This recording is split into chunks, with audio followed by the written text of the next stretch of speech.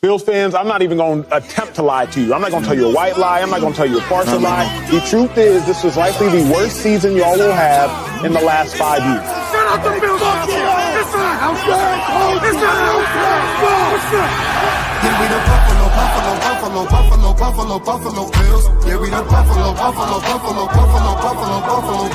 You better know that. Look how we throwing and catching, cause we are unstoppable, yeah. You better know that. Look how we running and hitting, cause we are unstoppable, yeah. Reppin' the mafia, yeah.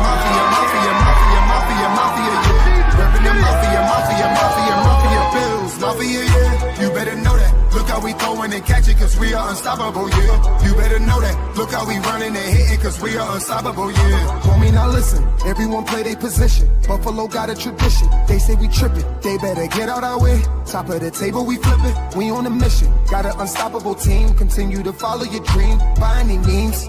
Buffalo, get in the Super Bowl ring. Cause we the Buffalo Bills. Yeah, we the Buffalo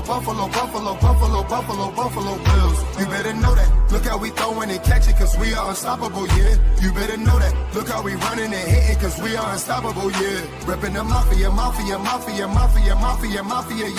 Reppin' the mafia, Bills, mafia, yeah. You better know that. Look how we throwing and catching, cause we are unstoppable, yeah. You better know that. Look how we running and hitting, cause we are unstoppable, yeah. Mafia up in your city, time to get gritty. Screaming and yelling, we bugging. Look at the red and blue. This is an MVP year for Josh Allen. As an MVP voter, I said this last week. Josh Allen, he looks like an MVP. When you vote for MVP, and I can speak for myself, I think I'm one of 50 voters, you look at a couple things. Who's the best team in football? Who's the best player on that team in football? What do they look like as the best player on that team in football? And how much talent is around that best player on that best team in football? Cause we the Buffalo Bills. Yeah, we the Buffalo.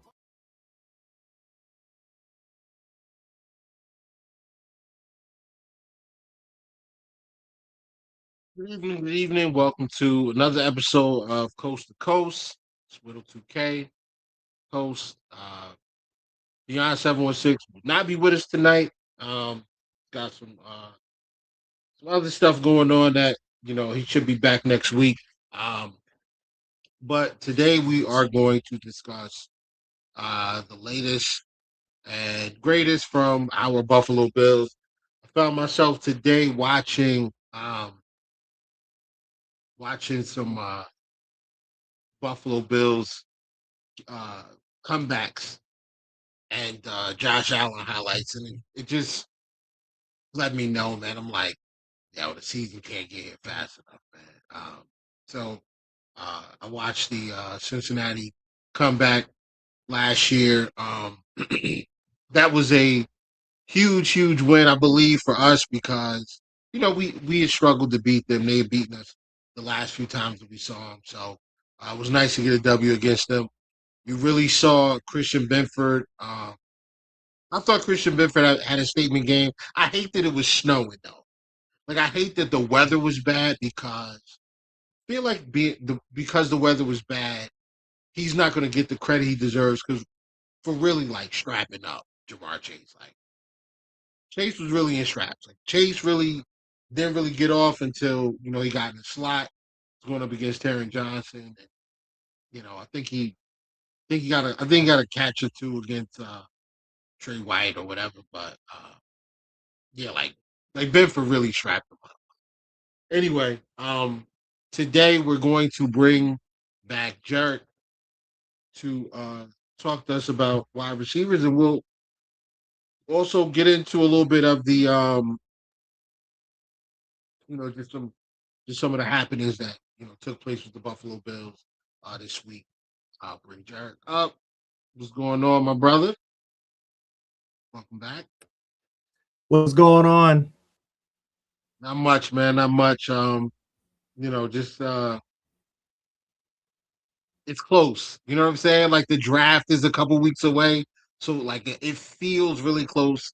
And then they just had the owners' meetings, and I know that we're getting ready to, once the draft happens, it'll be a couple weeks, and then rookies report, and I think we get like an extra week or something for training camp. So, yeah, like I'm locked in, bro. I'm locked in. I feel it. It's close. I'm ready. I'm ready to go, man. And yeah, I'm ready to go. I'm ready to go. How you doing? I'm doing all right. I'm with you, man. Listen, I've been talking about this draft probably longer than pretty much anybody, besides maybe the professionals, man. So I'm already on the 27. I need some excitement. I feel like I've been talking about these prospects for a long time. It's just to a point now, man. I mean, we argue with Bills fans almost every day in terms of what this team needs and what they. At this point, to me, I don't care who they pick. I just want guys that does it make sense, right? Does it make sense, and does it make the team better? And that's pretty much all I kind of care about. I mean, it's been a civil war in terms of offense or defensive needs. Does it just make sense, and can it get this team over the hump? Because I am tired of picking in the back end of the first round without having at least a Super Bowl appearance to our name, because it is literally killing us. It's killing us right now in this draft. The fact that we don't have a second round pick, we have to wait 60 picks before we have to pick again. So it's it is what it is, man. Just doesn't make sense, and I'll be satisfied with that. It's tearing at the seams right now. Yeah. You can I don't know if you feel this way, but I feel like the fan base understands how close we are, but not like unlike the 90s. For the 90s, it was new. Like, oh my God, we're in the Super Bowl, and they were actually getting to the Super Bowl. So they were good and they were actually getting there, but we're close. And I feel like we've looked at the last couple of Super Bowl games, and I personally have felt like we could have beat them. I feel like we could have beat the Seahawks. It felt like we could have at least given the Eagles a much better game than the Chiefs did. They would have beat the 49ers, and I'm confident of saying that. They would have won that game. 49, right, exactly. And it's just like we're so close. And honestly, I don't know that there's a team in the NFC that I would look at and say, I don't know about this. Except, I mean, the Rams look tough. The Rams look tough. And, we'll get into that, as we get a little close to the season. But, yeah, man, I mean, I just feel like the fan base is about to implode on itself between fix the defense, get more wide receivers. Josh isn't getting any younger. I'm glad McDermott's gone, but let's get Bean out of here. Versus let's see what happens. We're really good. I like where we're going. Let's get receivers to just put up 50 a game. It's just so many different factions. I don't know how you feel, but that's where I'm at. Well, yeah, I mean, it's how I feel in terms of how we can get this thing done. I mean, we have literally seen this for the past decade of defenses ultimately being the defining reason why teams have won Super Bowls. I mean, it's like, and again, this is going to be a controversial take when I say we can't get this thing within 3 to 4 years. Listen, I know we got a no trade clause with Josh Allen, but if that trade clause was possible, I'm sorry. In 4 years, we can't get this thing done. I got to get rid of it. And I'm trying to get as many first round picks as possible. At the end of the day, I need to build a better team around. I need to build a better team. I'm sorry. And, I would try to see if we can, Brandon Beane is obviously going to be on a short leash. The fan base is going to be very, very impatient with him. And so, I mean, listen, it's only, you're only going to run out of excuses because we're going to blame Brandon Beane. We'll blame Joe Brady. When is it going to be time for us to fully blame Josh Allen?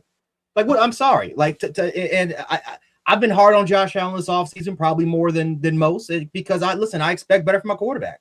I expect my quarterback not to turn over the football to a couple times, a couple of bonehead decisions. I'm sorry. Those are points that definitely cost us. We knew what this defense was going to be crap. We knew that this defense was not going to be that good going to the postseason. We knew that if the offense can take care of the football and win the turnover battle, that they were going to win. Because I felt like the Jaguars was a much harder challenge than the Broncos, and we are coming short in football games where we are just making the slightest mistakes on offense, and then defensive wise, we already know what's going on there. We gave up a lot of points. So my thing is to patch this defense up, make it more aggressive, which I think we have done.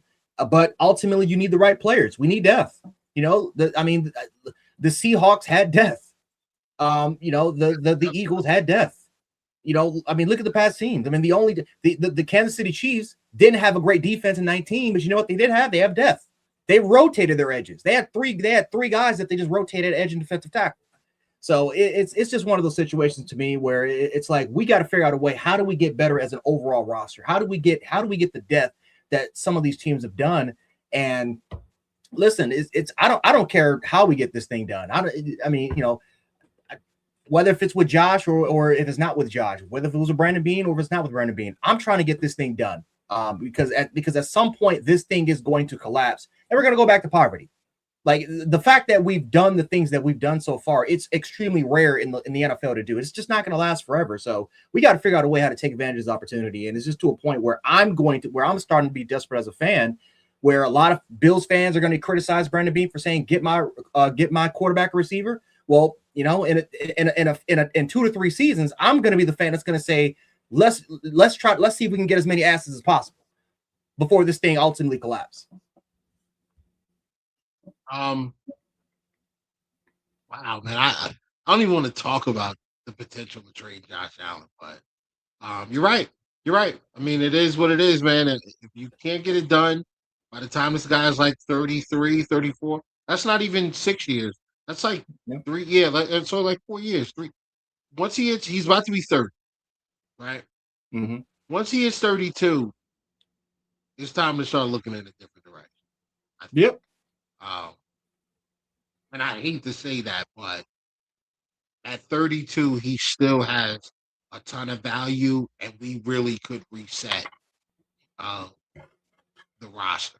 You're still gonna have a prime James Cook. You're still gonna have a young Shakir. You're still gonna, whatever receiver moves they make now. Rousseau will still be young. Harrison will be young. Benford, I think, is like what 26, 27. Mm-hmm. So he'll still be, 29, 30. So probably at the end of his prime, but a lot of the guys that we're building around right now will still be young, and we really could reset the quarterback clock by loading up on picks and going to get somebody else. Not that I'm advocating for trading Josh. I don't want to trade Josh. I want to win with Josh, but at some point you got to make the best decision for the franchise, and that sometimes that means making tough decisions and getting and turning the page. We got Dog, Tom. What's up, guys, man? Welcome in.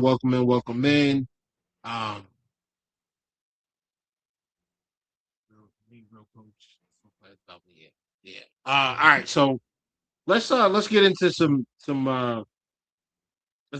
Bills news. Austin Corbett, Damar Hamlin, Trent Sherfield, and Lloyd Cushenberry were all signed this week. Between last Wednesday and this Wednesday.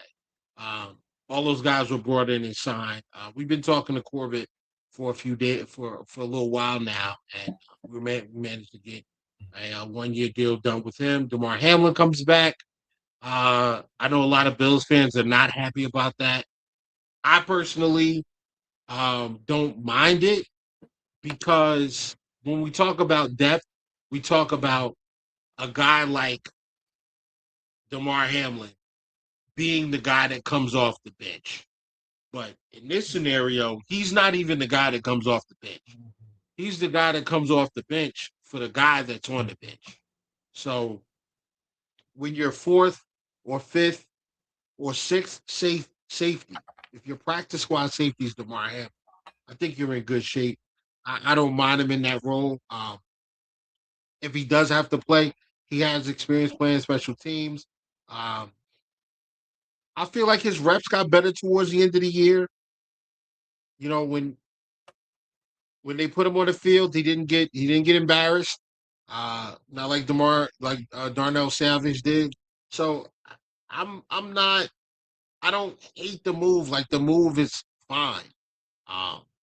But obviously it doesn't move the needle. But what it does do, in my opinion, with the addition of Corbett and Cushenberry, is we're replacing guys on the interior.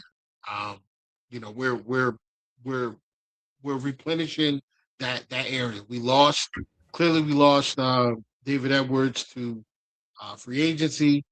Um, so it's going to be a new left guard, whether that's Alec Anderson, who's been on the team since we brought him in as the UDFA, or it's Austin Corbett. It could be, either one of those guys, or maybe it's Tylen Grape. I don't know, but we're gonna have competition, and the guys Corbett and Alec Anderson. These are maulers. These are guys that are they're physical. They will muck the game up. You know, they're those type of guys versus the technician that Edwards was. We'll see how it works out. Trent Sherfield was brought back. That to me is purely a special team. I think that if he's back, if he makes the roster, it's because he's a really good gunner and he can give you some production as your 6th wide receiver. But I don't think that that's a guarantee that he makes the team. Again, if you bring a guy like that in and he is the 6th or 7th guy at his position group, that's good. That's fine. I'm good with that. But playoffs, second round, can't have that guy on the field consistently like we did a few years ago. What are your thoughts on the free agency move, brother? I mean, I like the offensive line additions. I think Lloyd and Corbett, they both have starting experience. Lloyd, I've been watching him since the LSU days. Violent physical guy. Didn't really have that much success that that we thought he could do, even though he was, again, I think it was like a 4th round pick. But has been solid within some of his starts, have kind of slowed down a little bit. So, I think those are depth pieces. Those are guys, those are guys that, I'm not going to be saying that they're going to be fighting for the starting position, maybe Corbett, but those are definitely more of those depth positions. I mean, they're 1-year contracts, so they can get cut. It is what it is. There's no blowback on us, but it is interesting that the fact that we picked up a backup center because of Cedric Van Pran, and then you just signed Connor McGovern. So, what's the plan with Cedric Van Pran? Brandon Beane clearly likes Cedric Van Pran. He loves that dude. I think he's going to try to move him inside the guard. Again, could it be a possibility that McGovern moves inside to guard, right? That's a possibility of that happening. Then Van Pran takes over the duties at center. Whatever the case and situation is, I do think that they're gonna see if they can find a starting spot for Cedric Van Pran, right? Obviously, they're not going to give him the job, but they're going to make him compete and give him a fair opportunity for him to try to win the job. So that's, I think, what the addition of Corbett is. He's more insurance. Than any, Corbin and Cushenberry, they're more kind of insurance guys. They're going to be competing as well. But ultimately at the end of the day, I still don't think it's going to deter them for drafting interior offensive linemen if the opportunity occurs. I don't think that's going to deter them. But it is interesting that they're trying to find a little bit more depth for these particular spots, right? Because McGovern can play multiple different positions. So it'll be interesting to kind of see what happens there. But no, I mean, overall wise, I understand those picks. I understand it. DeMar Hamlin coming back. I mean, I think it's his special teams value. He does add some experience, even though, again, he's not a typical Jim Leonard safety. But he does hold, he is a solid special teams player. Then Sherfield, I see punt return duties running all over him. So I think that's definitely added special teams depth for sure. Yeah, I think return duty. Return and not coverage, but return. Yep, punt return. Wow. Okay. All right. I know that Joe Brady. I know that that it was said this week. I believe Brady said we got to get Shakir off of punt return duties. Mm-hmm. I agree with that. Did you saw the Brady interview, right? I watched a little bit of it, but I didn't watch the full thing. Yeah, I watched a good amount of it as well. It was like 45 minutes. I don't care enough to hear him talk that much right now, to be honest. But I did listen to some of the things that he talked about as far as learning while in this process of being a head coach. Mm-hmm. Cool. Like, I think that's a lot of coach speak, but I've always appreciated how humble and confident he has been in every step. like from quarterbacks coach to OC to now head coach. So I do appreciate that. It's a blend to me of the humble, always work and keep your head down mentality that we have with McDermott. But then there's a little bit of the brash, you know, I you gotta play us. Like y'all are playing us. Like that edge that you got from Dayball. I'm hoping that this is a good mix with Brady where we get a little bit of both. Um, but what was the other thing? Oh, so one thing that stood out to me was when he was talking about roster building and the type of guys to build the right locker room. He was saying, accountability, team first guys, tough. I noticed that he never mentioned high character. I noticed that he never mentioned guys that play the game the right way. I think that the uproar from Bills Mafia about we want a tougher team. We want a team that kind of what's the phrase I'm looking for? Sets the tone. A team that forces the issue, dictates to the other team how the game is going to go. I think Bills fans have been clamoring for that, and I think the front office is listening. What are your thoughts? Well, yeah, I mean, listen, Joe Brady. I mean, yeah, Joe Brady got a lot of criticism over the past, ever since he got hired because, for some reason, Bills fans thought that he was just going to be running the same offense in terms of running nothing but screens. Even though, you go back to his Carolina days and even LSU days, he didn't run as many screens as compared to what he did to now. I think we all know that McDermott played a huge hand in terms of how this offensive scheme was kind of built around. But no, I think, listen, Brady, there's a reason why he's got a John Fox. There's a reason why he's got some of these older coaches around him because he understands at the end of the day that he can't, he can't be what Aaron Glenn was for the Jets. Aaron Glenn was, again, he's cocky, borderline damn near arrogant to a point where he had to kind of, he even talked about in his press conference that he had to learn, like he got humbled and he had to kind of go back and make those mistakes. That's something that I think Bills fans are kind of scared of with Joe Brady. Is the fact that you have it, which is kind of crazy to me because this is the same fan base that wants Udinsky and wants all these first-year offensive coordinators. But it is what it is with that. But it's again, when you're a first-year head coach, to see Joe Brady just kind of embracing the fact that he is new to this and he needs to kind of surround himself with mature people within the room, like-minded people that has different opinions. And then ultimately, I think at the end of the day, I don't think this wasn't said, but I think we know that Brandon Beane's going to play a much larger role into this entire process than what he was accustomed to doing, probably ever since McDermott probably got there. So, it's not hand holding for Joe Brady, but at the same time, it's just guiding him through this process, getting him more comfortable, and then ultimately, I think we'll see what he does once he actually matures in terms of being a coach. But no, I mean, listen, he said, and he's done the right thing so far. And I think a lot of the moves that we've done has made sense. And so, yeah, I mean, Bills fans that are screaming that if we can't get this thing done, that Joe Brady needs to be fired. That's not happening. They're not firing Joe Brady after this 1 year. I think he is going to be the guy. I think ultimately he's going to get at least 3 years to ultimately see if we can progress and overall turn he doesn't even have to win a championship. I know Bills fans may want it, but he doesn't have to win a championship. Can he turn the confidence of this organization around? Because what Terry Pagula saw in that Broncos game was like that this team was broken and he needed to make a change. Can Joe Brady lift the spirits up, and can he ultimately shift the energy to something new that could give us hope that a championship can be brought here for the next 3 to 4 years? I think that's ultimately the most important part. And I think so far he is giving confidence and he is giving an allure, a brand new sense of energy within the organization. The players have talked about it. Some of the media that's been covering the Buffalo Bills, they have talked about how it just feels completely different.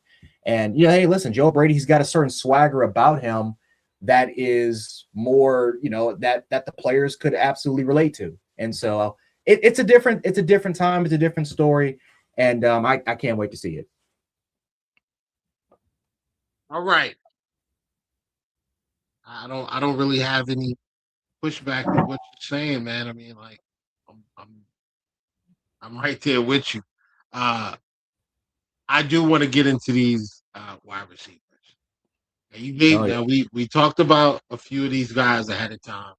Um, and the list you gave me was Antonio Williams, Deshaun Dribbling. I'm saying that right? Yep, from Ole Miss. Yep. Yep, Deshaun Stribling, Skylar Bell, and Casey Concepcion. We had talked about Lewis Bond earlier in this process as well. Some Omar Cooper, Brazil, obviously, Malik Benson, and we talked a lot about a bunch of different guys. I had mentioned J. Michael Sturdivant. So the criteria I gave you was guys that you think could fit Buffalo that the Bills would actually have an opportunity, should have a really good chance at drafting. And before I'm gonna get into that, but we'll just quickly shout out Michael Chris, Michael Chris, Michael Seacrest, Michael Seacrest. What's going on, man? Dog, appreciate you always pulling up, man. You my dog, brother. Jerick, this is Michael Wheeler saying what's up to you. What's going And on? Tom, my guy Tom from West Virginia. What's up, Tom? Yes, Jordan Tyson. And dog, we on the same page with this. I think Keon has a good year. And by good year, I'm saying 40 to 50 receptions, over 600 yards, probably 6 to 8 touchdowns, somewhere around there. I think that's a good year for him. I think that'll earn him more snaps. I think that'll earn him more looks. But we'll see. We'll see. What else we got? All right, so let's get into it. The only guy I like, obviously I like, obviously Casey Concepcion. I think Casey Concepcion I think he's the best out of this. But I don't think he's the best for Buffalo. Out of the group that we had that we talked about. And here's why I say that. I think he's much better in the slot. I think he's more dangerous in the slot, especially at this level, the NFL level. I think he can function on the boundary, especially because we're gonna run the football. We're still gonna do that. We're still gonna utilize the tight ends. We're still going to obviously give DJ Moore and Shakir a ton of snaps. So early on, Casey Concepcion would see single coverage. He's going to see a good amount of single coverage, which will allow him on the outside going up against CB2s or maybe even CB3s the opportunity to show what he can do. I think that's going to work for him in year one. I'm thinking year two or year three, it doesn't work as well. He's a little undersized, about 170, 175, 177, something like that. I think he's about 5'11". Now he has shown the ability to win on the boundary. He has shown the ability to win on the boundary. He has a complete route tree. Nobody is doubting that. I just don't know long term if he turns out to be a wide receiver. And if you're taking him in the first round, you really kind of want him to be a wide receiver. That's what I think, or at least have an elite skill set that whether it's like he's running a 4.3, he's 6'4", his route running is so crazy that you can't pass it up, like just all of those things. The drops worry me. The size at the catch point worries me, especially in the NFL, especially with really athletic corners that are probably going to play a ton of zone against us, so they're going to keep him in front of them. And when he goes to get the football, they are going to be very physical with him at the catch. He drops the ball a lot. That worries me. I do like him.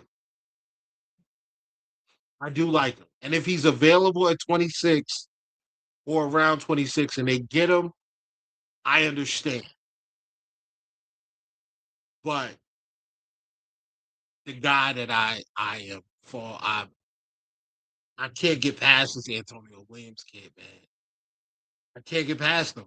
I think he's perfect for Buffalo. I think he's exactly what you need. You need a guy that can win on the boundary. You need a route runner. You need a guy who is excellent. And I took some notes. This is what I have. You tell me if you agree, Jerick. All right. Mm-hmm. Antonio Williams, natural separator, excellent route runner, very good ball tracking ability. Yep. Alignment flexible. Meaning you can put him in the slot, you can put him in the boundary, you can put him as the X, you can put him as the Y. It doesn't matter. Like you can run him as your gadget from the backfield and throw him the ball in the flat. Like there's nothing this guy can't do. I'm gonna throw the comp out. And I don't care if you guys. I don't care if you guys say I'm crazy. I don't care if people talk about me on Twitter about this. Stephon Diggs. I see it. I see Diggs, bro. I see Diggs. I was so impressed. I watched him against Georgia. Watched the all 22 of him against Georgia. Highly, very, very impressed. Going up against future NFL corner Dalen Everett. I thought he was very good. I think Clay Kupnik sucks, but I think Williams is excellent. Talk to me, man. Talk to me. Where are we at? Out of the list, who's your guy? I mean, listen, I mean, Antonio Williams that's one of my guys. In terms of the fit for the Bills. Now, my overall guy is Brendan Thompson. That's my overall guy. I've said this hot take before. I think he's the best receiver in this entire draft class. I do. I think he is the best. I think in terms of his shoulder squared, in terms of the best, in terms of vertical stemming, explosiveness, speed, twitchiness, separation, playing primarily on the outside against bigger, taller corners. He was one of the best receivers I've seen. But do I think he's the best overall fit for Buffalo? Probably not, because I don't think his game is going to translate that well in the slot. I actually think he's more in the slot, and so again, he's more of an outside Z. I don't even really think he's a Z. I actually think he's an X. He's just an undersized X. And I don't know if Bills fans would feel comfortable with that. And I don't know if Joe Brady and them would feel comfortable about it. So listen, I like, obviously Casey. The reason why I like Casey is because Casey, believe it or not, his biggest strength is arguably the catch point.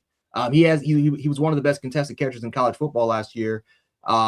Ironically enough, though, this is the biggest issue with them. It is his hands, because the concentration, the drops was just ridiculous. He has a 13% career drop rate for NC State all the way to A&M. Now at A&M, at NC State, he was primarily a slot. At A&M, they decided to move him out as more as a Z flanker. They did mix him, and he had like 30 to 35% snaps at the in the slot position. But listen, in terms of, like you said earlier, he's got the complete route tree, right? He runs pretty much almost every route you can pretty much ask him to. He has a very, very nice release, sudden release package. He does a really good job in terms of vertical stemming. However, and this is one of my biggest issues with Casey Concepcion, he's good against zone. Like he understands zone. He understands zone spacing, and he knows when to sit, but he's not particularly great against zone coverage whenever guys put their hands on him. Antonio Williams is good at everything, is every single one of them. He's a lot stronger than what you kind of give him credit for. You can try to knock him off his route. He still finds ways to get leverage whenever he's going against zone spacing, and he understands when to split. They also used him a ton on option routes. which is basically, again, against zone. They just, it was just between him and the quarterback. They, basically what he saw, he would just kind of play off of it, and he would kind of fake stem, get to his particular spot, and he was just comfortable. Nobody can guard him when it comes to that particular aspect. So you want receivers overall wise for Josh Allen that has spatial awareness. We haven't had that since Cole Beasley. Khalil Shakir could be that type of receiver, but I think Khalil Shakir is a 3-level slot guy. I don't think he's just a pure, like a pure space-eating slot like a Cole Beasley was, where Cole Beasley can chew you up for to 5 to 10 to 5 to 10, for those 3 to 5 yards, because that's honestly more dangerous. That opens up the deep, the intermediate, and even the deep levels part of the field, because you have to adjust your coverage based off of what Cole Beasley did, and you had to bring safeties down a little bit, which opened up John Brown. It opened up those deep daggers, those deep crossers that we would normally run with John Brown and Emmanuel Sanders. I mean, it was heaven to watch. We don't have that guy. And we've tried it with Dalton Kincaid. I think Dalton Kincaid is more of a deeper intermediate guy, even though he is pretty solid with zone spacing. He's just, for some reason, Dalton Kincaid, when you can just knock him off his route easily. So I don't think he has that strength, that underlying strength. But Williams is smart, high IQ player, phenomenal footwork. Again, this year they played him a lot more in the slot more than usual. If you go back to look at his 24 tape, he practically played everywhere, X, Z, and Y, and they just rotated because there's 2 other receivers and Clemson receivers in Wisco, and there's another one there that they just rotated all over the place. This year it wasn't more so that. Now, I think they're both similar in size. Right, they're both I think they're both 175, 180 pounds. They're both around 5'11". So there's going to be some areas of concern in terms of their height and their weight. But for me, I want, who makes Josh Allen's job a lot easier? And the one thing that I think Bills fans obsess with, and I mean obsessed with, they want a deep vertical receiver, which I get. I can understand, because you look at John Brown, you look at Emmanuel Sanders, right? I would even throw in Gabe Davis, who I don't even think is a natural vertical threat, but I'll throw in Gabe Davis in there, right? And we take a look at those highlight reels of Josh Allen stretching the field, those big plays ability, right? Like, you want to take full advantage of Josh Allen's arm, right, with his arm slots, because Josh Allen he's more high over the top, but he can also sidearm it. He has that 3/4 release. He has so many damn different arm angles that you simply just want to utilize that to their full capability. But the one thing that Josh Allen has been extremely spectacular at is his short to intermediate ability. That's his number one strength. And we need to get a receiver that simply dominates in that particular aspect. That's why, for me, Bills fans want Casey Concepcion. I don't mind Casey Concepcion, because Casey Concepcion is a very, very good route runner. He's a 3-level slot guy, and he has a pretty good understanding of zone spacing. I understand that completely. However, do I think he's a true slot? I don't know if he's a true slot at the NFL level. I don't even know, to be honest with you, I don't even know if he's a true Z flanker at the next level. We talk more about his gadget ability.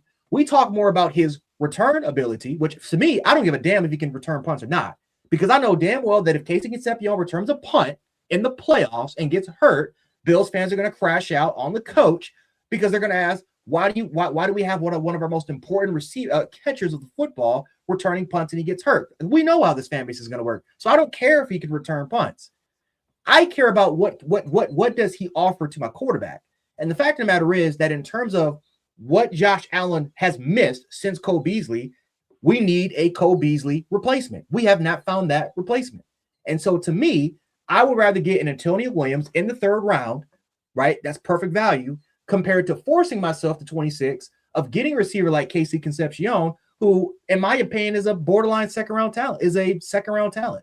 I'm not with 60 picks. I don't think that Casey Concepcion would be the best option for Josh. If they pick him, I have no problem with it, because I understand what he brings to the table. But again, we talked about this with Christian Miller. He's a jack of all trades, master of none. And do you really want that for Josh when we just went through that with Keon Coleman? Or do you want something that is elite at a particular area? He may have weaknesses in other spots, but the one thing that he does well fits the attribute of your quarterback, and he does that at an elite level. I prefer that for Josh than a jack of all trades player. So I'm looking at the NFL website. It's got Antonio Williams at 5'11 and a half, 30 and 3/4 inch arms, which is arm length. humongous. That's a humongous wingspan. Yeah. 9 1/4 hand size, 187. 187. Okay. Yeah. I go, yep. And then I go and I look at Casey Concepcion, and I'm getting, they're saying 6 feet, 30 1/4 arm length. Same hand size, 9 1/4, 196. What? When has Casey Concepcion been 196? He added that weight on. He put that weight on for sure. He must have put that on for the combine, bro. Had to. Yeah, they got him. His RAS showing up as 196. That's kind of crazy to me. They have him at 5'11 and a half, as far as the RAS is concerned. So the NFL might be a little off, but very, very similar in like you said, very similar in size. So what we do, bro, is what separates these guys. You got to go to the tape, and we're gonna do that. I don't want to shortchange the other two receivers that we discussed before, Skylar Bell and Deshaun Stribling. So these are my notes for Stribling. Below average ball tracker. He is a hands catcher. Mm-hmm. He's a big target and not the greatest as far as separating, but can separate. Like he's a vertical separator. And he only lines up on the left side of the quarterback. Like, did you notice that, or am I bugging? No, that's important because that's very, very important because a lot of these receivers they don't like a lot of people think that these receivers could just line up on the left side on either side. No, he lines up strictly on the left side, and you'll be shocked about in terms of like Denzel Boston. Where does he line up primarily? Left side. On the left side of the field. Like that's very, very important. And I got to take a look at it because I think Kevin put up a stat, but Josh Allen throws I think Josh Allen throws more to the left side than more to the right.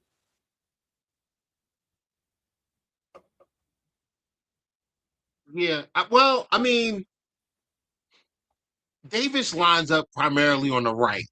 And when Davis was here, so was Diggs. So Diggs was always mostly to the left most of the time. So, I mean, if you think about it, it makes a lot of sense that he got more comfortable throwing to the left side because that's primarily where Diggs was.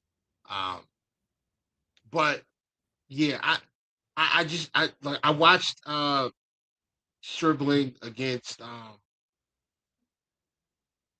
Oklahoma State, and just doesn't really jump off. Like it just didn't jump off the screen to me, bro. Like I mean, there were flashes here and there, but while watching him, I felt like I can get the same from what's up Shavers. I feel like I can get similar. I can get similar from Shavers. I don't need to use a draft pick for this guy because I just get Shavers back healthy and it's the same thing. A tall kid who's good with his hands can run down. Who's got solid hands, can run down the field. The thing is, I think Shavers is better at tracking the football down the field than Stribling is. I mean, Stribling may get better at it. He may develop into a better receiver, but it just didn't jump off the tape to me. What do you think? While you do that, I'm gonna pull up his film. So I watch a little bit of Stribling. Listen, these are his weaknesses for sure. I wrote down he doesn't have elite explosiveness, right? That 4.5 kind of showed up, right? They didn't even think he had a great 10-yard split, lack of elite explosiveness, burst, or just kind of separation quickness. That's not his game. press coverage, press coverage more against physical corners. He struggled a little bit. I was able to kind of see that. So once you get into the NFL and you start to play more of those bigger, more physical, corners, that's definitely gonna be more of a question mark. He's got some durability concerns a little bit. And it's kind of like he doesn't have an elite trait about him, right? He's more jack of all trades as well, in terms of his profile. I do think he is a little bit more well-rounded. I think he's going to go on day 3. But I think the thing that stands out for me about Dejon Stripling, again, he's not the best ball tracker.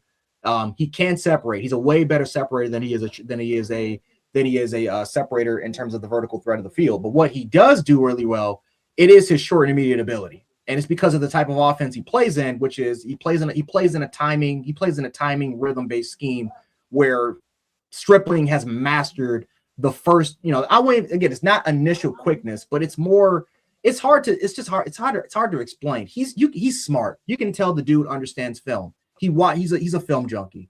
Understanding cornerback leverage, understanding and reading their hips and knowing exactly when to break out. Again, they run a lot of option routes as well. And so I like his, in terms of a receiver, I liked his timing in terms of what he could bring to the table. Strong yards after the catch, yard after the catch, contact balance. He gets the ball in his hands. The dude's going to break tackles. You're not going to arm tackle this kid. He's 210 pounds, big, strong, physical sort of guy. So I did kind of really like that about him. What else did I kind of get something about him as well? Believe it or not, he has a high catch rate. So in terms of catch radius and in terms of hands, doesn't drop the football as much. That to me, I thought was really nice. I thought his route tree wise, even though I don't think he does anything spectacular wise for the most part, I think, I did see crisp breaks. I did see the body control to kind of maintain balance. So it's, so again, once you did got hands on him and he was like 2, 3, 4 yards down the field, it's hard to knock him off of his route. So even though he kind of struggles with jamming initially, once he does get going, it's hard to kind of break him off of his route. That's the contact balance that he presents to the table. And then he can sell, bro. He can sell routes. That's the thing I really like most about him. He can sell like crazy, especially when it comes to the vertical routes, in terms of how he was able to get the snap ration before snapping off, before kind of snapping off those short routes as well. So I really, really did like that. So I think he's an underrated route runner, right? I don't think he's elite at anything he does, but he is underrated. Like, the game that really impressed me was when he went up against Dalen Everett. Dalen Everett, again, I'm not trying to be a bully because it seems like we keep bringing up Dalen Everett all the time, but he got bullied in that game. I mean, it is what it is. He got manhandled in that game. And I thought Dejon Stripling just did a really good, again, he wasn't going to beat him over the top with speed, but he just beat him with crisp route running right off the snap, sold his routes extremely well. So, so again, like Dejon Stripling, he's got experience. He's played in a tough conference. He's done exactly the things that you needed to do. I think he is a 3-level player. He's just not an elite 3-level player. And so can I see him potentially going, depending on the organization and how you can kind of utilize him? Because again, I don't think he's a Y. I don't think you're going to utilize him as a slot. I think he is a true X. I think he is a true X receiver. Do I think he's going to be a dominant X guy? No. But the reason why I like him so much for Buffalo, if the Bills were able to take him, is just simply because he's a high IQ football player. And the one thing that the Buffalo Bills struggled with last year was with high IQ football players at the receiving position. Because the last thing I'll talk about with Dejon Stripling is he is incredible when it comes to breaking off of his route and going to where the quarterback is utilizing his off-platform ability. We have not had that at all when it comes to, we struggled with that last year. And so you want those type of receivers that just understands my quarterback is flustered. Even if I went off of my initial break, I need to do something. I need to do something else in order for my quarterback to potentially throw the football to me. So he knows how to get open, right? Improv, off platform, whatever you require the quarterback to do with his thing. He knows exactly how to get open in those situations. So again, he is the prototypical big body guy. People won't be impressed with him because of his 10-yard split and the 40-yard dash. He's not an elite. He doesn't do anything elite-wise, but he's just simply a smart football player that is big, that's strong, that's physical. That is physical, especially at the attack at the attack point. And I think he would be a solid addition if they were to grab him in, let's just say, the fifth round. Yeah, you thought in the first. I was playing the film while you were talking. The initial, first throw, the first perception. You see the length, you see his ability to snap off, Yep. selling that deep route, and coming right, making himself available immediately. And then I don't like this here. Yeah, like he just got like suplex on a run block, but yeah, like he snaps off and the throw's a little off. Well, not a little off, it's way off. And he just, you know, extends and makes the catch. Um, yeah, Arkansas's quarterback's terrible. Whoever this guy is, I don't think this guy is. He was pretty much off this entire game. But yeah, like you see everything that you're saying, but this is the thing. Like he continues to line up on the left side now, and yeah, I just I don't know, bro. I mean, I wasn't impressed watching this, watching him against Oklahoma State, but what I will do is I will go take a look at him against Georgia. And I don't think we're dumping on Everett. I think he's the standard, bro. Like we knew this guy was going to be an NFL corner, and I think he's going to be a starter at the NFL level. I don't know. I'm not saying that he's going to be Christian Benford or anybody like that. Here we go, ball track. That ball hits your hands like that, you got to make that reception, and he did. But yeah, about Everett, man, I just think Everett is going to be a good player, but was a good play by the defense. But still. Yep. Stripling's a chain mover. He's not the vertical threat. He is simply a chain mover. That's what he did at Oklahoma. That's what he did a little bit with Oklahoma State. He got to Ole Miss and Lane Kiffin. He definitely maintained that. Because I did think the one thing he got better with Ole Miss was that he did get better at press coverage, and so a lot more teams were playing off ball with him. So that, but again, you can tell the kid studies tape because effectively I think he was top 5 in the nation in terms of first downs for receiver. He's a chain mover. That's what his game is. Yeah. We got to it already. All right. Well, let's move on. Next up, we'll go with Skylar Bell. Again, I'm gonna be honest, brother. Skylar Bell seems like a slot only to me. Yep. That's what I got. I got slot only. Can play on boundary, but will struggle on the boundary. Looks smaller than he plays smaller than he actually is. Like as far as like size is concerned, he's around the same size as KC and Antonio Williams. He just doesn't play like it. Like I don't know if you got that from his film either. Like he plays like he plays like he's Cole Beasley size, like 5'8", whatever.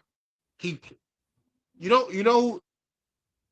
plays like he's the same size as Louis Bond. And I think Louis Bond actually plays bigger than he actually is. I think Louis Bond, like if we're looking for a straight Cole Beasley replacement, that's him all day. Like I like Louis Bond a lot. But I'm not gonna go off on a tangent with my Louis Bond hype. I think that kid is extremely tough. But let me get Skylar Bell.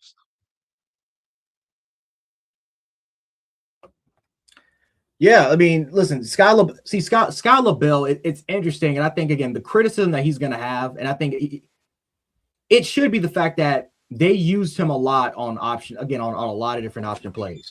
They used him a lot on screen passes, a lot of gadget plays. And I mean, a lot of gadget plays for Joe Fagano, right? If we're going to clown Zachariah Branch for that, trust me, Georgia do that a lot with him. We need to do the exact same thing with Skylar Bell. Now, again, I do think that he was a better 3-level player than Zachariah was. Again, Skylar Bell after the catch, nasty.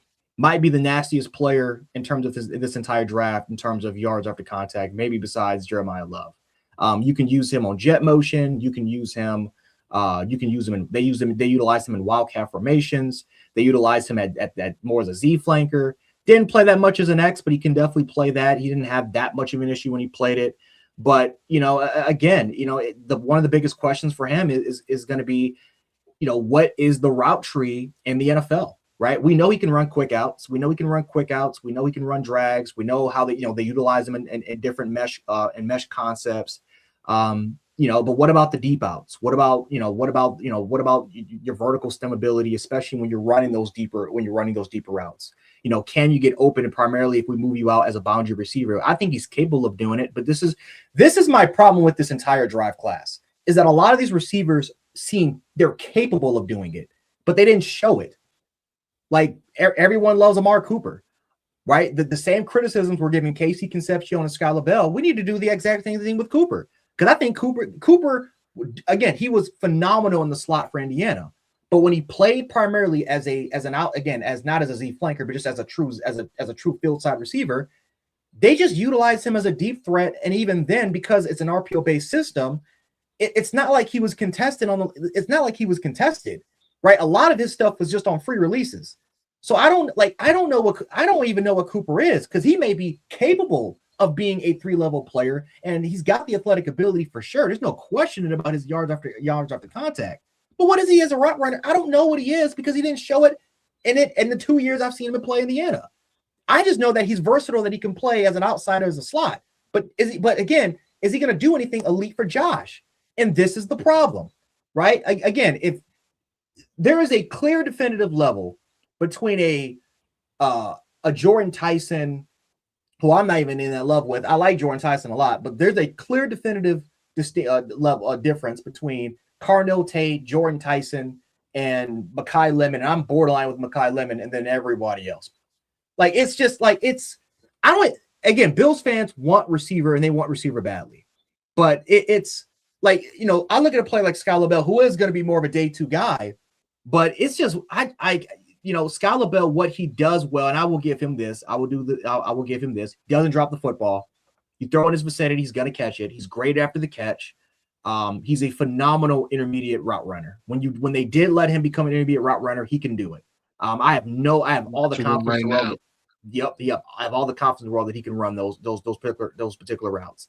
But again, it's just one of those situations where I don't know if it's UConn's offense or if it's just the player himself, but they didn't let him become a definitive all 3-level route runner. We say the same exact thing on scouting reports. He's capable. Well, I don't want just capable, right? Is he? I need some. Can he do it now? And I think that's the difference. Like with Brandon Thompson, I know Brandon Thompson is an elite vertical receiver. I know he is because he did it against. I've seen him do it against Malik Muhammad, Dalen Everett, Devin Moore, Damani Jackson. I've seen him do it against the best corners for 2 years. I know what Carnell Tate. I know what Carnell Tate is. I don't think Carnell Tate's is a definitive number 1 receiver. I think he's a number 2, but I think he could be a solid to not dominant number 2 receiver. Besides that, I don't know what these receivers are. I don't know what these receivers are. And so all the athletic ability in the world, hell, that includes Chris Bell. Because I think Chris Bell, all the athletic ability in the world, but guess what? Chris Bell, the majority of his routes that he was open, they freed him open.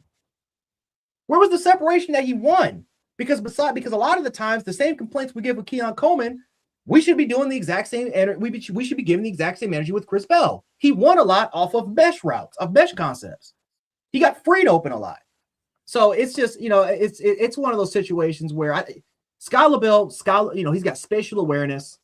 Again, really good intermediate route runner, but it's capability, and it's going to be utilized with a lot of these guys. It's capable, and that's my problem. We don't need capable. We need somebody that's going to come in and contribute immediately. One of the issues that I have with Skylar Bell is like his release on the boundary is the same. Like it's the hezzy fake inside release to the outside, and he does it. It feels like I'm watching this game against Boston College. I watched the Boston College tape and the Syracuse tape, and it's the same thing. It's the same release over and over and over. NFL corners are going to watch that. They're going to understand what you're doing, and they're going to shut that down. Also didn't like how on some of his routes against zone coverage, I just didn't see enough. And this might be, is this it here? No. It's just like he just didn't. There were opportunities to get more depth in his route because the guy who was responsible for him was underneath, and instead of adding 4 or 5 more yards up the field to give his quarterback a bigger window, he's kind of just sitting on his path and not just not making things a little easier. So I mean, those are my only complaints. I mean, listen, in the 1-on-ones, Skylar Bell looked great. He performed well at the combine, and he looked good at his pro day. Cool, like all those things are great. Um, I'm just watching the film, man. And listen, they do line him up all over the place. Like he's going into the slot now, and what is that? Like I'm watching him, and what are we selling here? Like if I go back, like what are we selling? Are we selling the out or what? Because if you're selling the out, that's a terrible job. If you're selling it to go deep, especially if you're selling it to go deep, it just felt a little half-assed. Yeah, don't get me wrong. If they draft him, I'll be happy because I do think he's a really good slot receiver. I think he's a really good slot receiver. But that just means to me that we're continuing the same trend of overcrowding the same skill set. We have, in my opinion, nothing but slots. Like DJ Moore is a boundary, but I mean everybody else is like really good in the slot, or better suited for the slot. So what are we doing? Like right here. I mean, come on, like I don't know. I mean, it's just certain things about Skylar Bell, like just I don't know. I'm probably nitpicking, but so right here, right? If he turns upfield and gets more depth and tries to get into this end zone, he's pulling that defender, and that gives his quarterback all of this room to really run and and get to the end zone versus taking a hit. Yes, they score, but could it have been better? Absolutely. He's not a great blocker. Like that's not the forte. All. No, this is not his forte. It's. I mean, he's got issues. I mean, to me, I think another thing too is just it's route running consistency. It's tempo, route running consistency in his tempo. Like again, his routes, it can be mechanical, or just rounded at times, but he doesn't always play at full speed. And you showed that clip where he's not willing. He does not play at full speed all the time, especially at the intermediate to deep levels. He needs quicker adjustments, especially when it comes to better tempo variation for sure. He does not sell the route all the time. And again, I don't know. And again, this is what we keep bringing up the word capable. Well, in this case, a lot of the times on tape, I don't think he's willing to sell the route. I don't think he's willing to sell the route because I think that I've seen that a lot on the tape where if it's not going in his direction, he just doesn't sell the route. And there are a lot of different occasions where Joe Fagano's taking off or, where corners would easily bail off of Skylar Bell because they just knew look what he's doing on the field. So, I mean, yeah, man. I mean, he catches the ball a lot. I don't know if you noticed this too. He catches the ball a lot with his body. He's a body catcher. So, again, he can definitely, especially over the middle of the field in those contested catch situations, you'll see that a lot. He doesn't have the best catch radius, 50-50 balls and, that stuff like that. It's not really the best.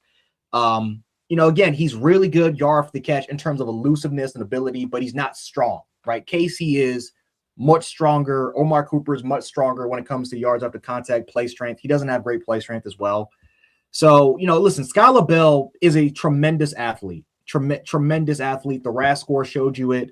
I think in terms of what he can do for you, he's kind of in the same realm as and people will hate when I'm about to say this, he's in the same realm as a Curtis Samuel.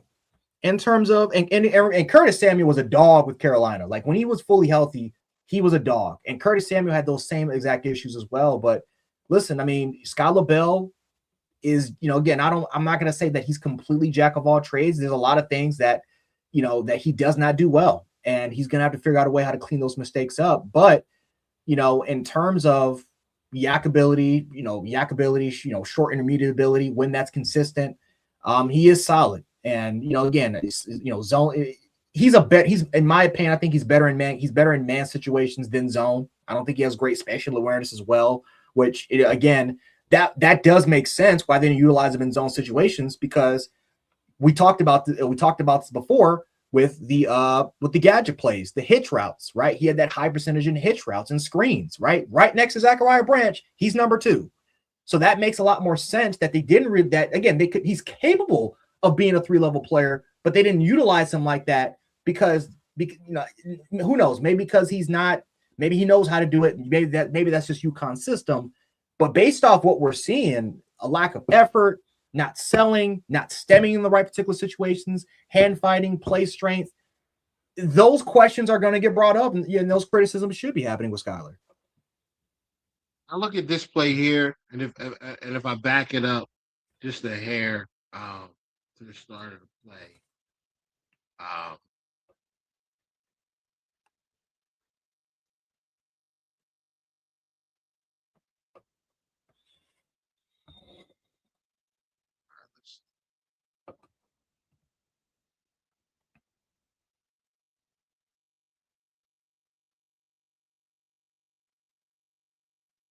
all right, yeah. So, all right. So I just want to back this up a little bit. I hope it doesn't act up. If it does, whatever. All right. So here we go. We got 3rd and 12 on the 22. They're trying to clearly get into the end zone here, or at least get something to the 10. So he's lined up. Where's he at? All right, so he's on the short side of the field, 1-on-1, man pressed up, and they've got 2 safeties high. Looks like the obviously the slots off the line as well. But they're not trying to give up, anything down the field. Mm-hmm. So they'll let you catch it underneath in the middle of the field, and they're just going to come back. So his job here is to his route is to get inside leverage, get upfield, and then pull the safety, to the corner route, because he's running kind of a corner, but he sells it terribly. And I know this is nitpicking. I know this is, but I mean, this is what happens in these situations. Yeah, you got to nitpick, man. This is what happens when we don't have any draft capital. This is what happens. This is what happens when we don't have any draft capital. So I'm watching as this play develops, right? He gets the inside leverage, which is good. Doesn't do a great job of selling the outside release. But he does get inside leverage, which is good, and he's going upfield. But I look at, like, once you see the short side safety bail from his deep assignment and come up to take away underneath route, I think you should fill that area with yourself to give your quarterback an opportunity to hit you in the end zone, and he doesn't. So I'll let it play out, and so you can see what I'm talking about. So all right, that was lazy here. Like, as soon as the safety comes up, it's like, turn that into a post, dog. Or turn it into a deep dig. Like, give me something else, because the quarterback's looking for somewhere to go to the football, and he's got to throw it and nearly throws an interception because you just don't break off, and that just, I mean, that bothered me. You know, yeah, he does a good job blocking here. I don't know, man. I mean, he's cool. He's cool. Like, if they draft him, I'm gonna support it, but not the. Yeah, dog. That's where I'm at too, brother. That's where I'm at. That's where I'm at too, man. I can't front. Like I'm just like, let's just trade back. Let's trade back. Well, I All tell right. you what. I tell you what, if he does get drafted to Buffalo, I think this is how they're going to utilize him. And it's, again, they're going to hate it because they're going to say because I can tell what they're going to call Joe Brady. They're going to call him Pick Man. Green merchant. Yep, this is what Scream Bell is going to do, man. Scream, again, pick routes, rub routes. You're going to utilize them a lot in motion, bunch formations. You're going to increase usage in the slot. You can't attack him down the field. You can definitely attack him down the field, but he's got to get a free release because I'm not confident in him against press. I'm not confident that much in press coverage, mainly in the slot if he goes against bigger guys, which that's what the league's more headed towards. So, again, it's what can we do to get Khalil Shakir to not play the slot position, right? Can we get a receiver? Can we get a receiver out here that is elite in that particular sense? And this is the problem. This is why I don't want the vertical field stretching receiver on the outside because they all have trouble on the outside. What we talked about before. They all have trouble against press. Every single one of them, including the elite ones. All of them do. So if we want them to play primarily as an outside or as a wide field side receiver, and we want them to go out and be vertical, then we need to rely upon these guys to get free releases. Because I'm not saying that they're terrible. But it's one of those situations where the athletic traits don't match sometimes with the skill set that's being displayed on tape. It just doesn't. So I know a lot of people would ask, why don't I put Chris Brazell in here? And listen, Chris Brazell is a smooth route running receiver, very underrated in the intermediate point. I got questions about his strength, his physicality is why I don't put him on this list. He's not strong. He's just not. So like that, it's. There's a reason why, again, this is the con of Tennessee. Even though I think he's the most talented out of the Tennessee receivers, the Jalen Hyatt, the Deontay Thorntons, he's the slimmest out of all of them. He doesn't have a huge frame.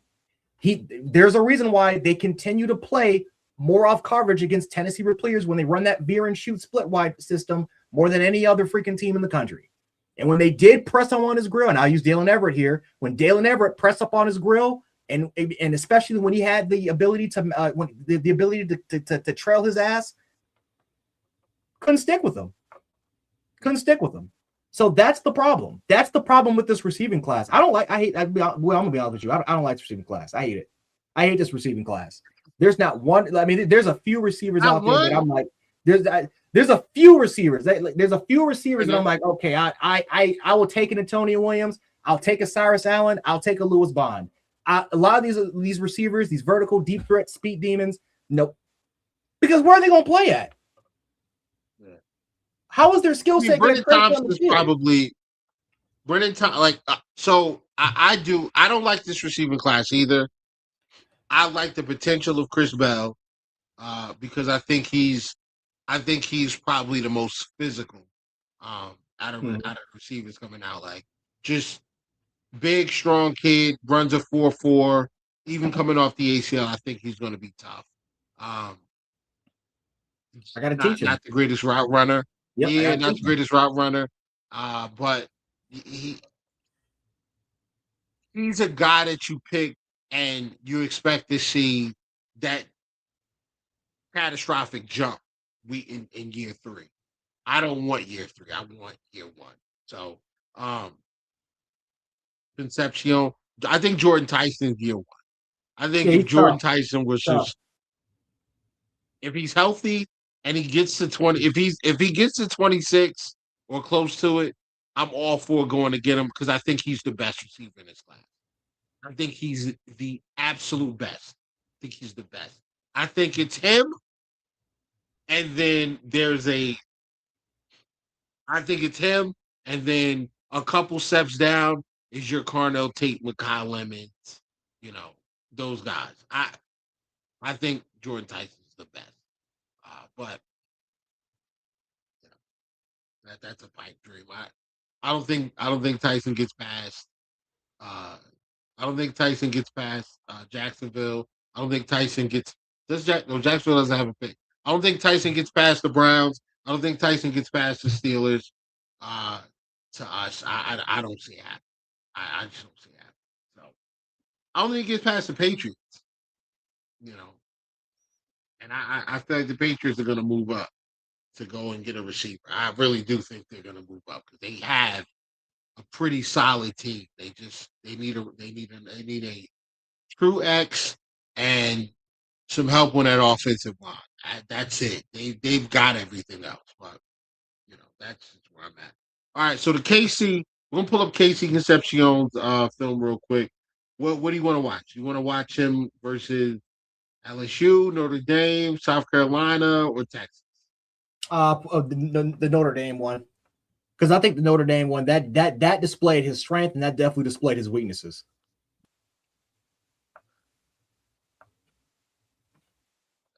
Screen. Because when they matched him on the outside, he won some battles, but he lost a lot more battles against 15. I'm in trips now.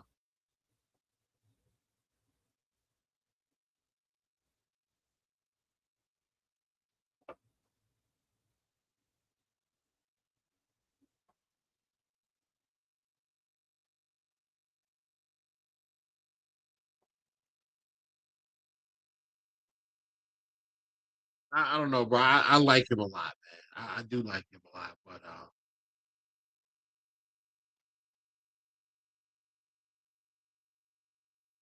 smart, yeah. Trying to make himself available for his quarterback. He'll play hard. He'll play through the play. He's not lazy.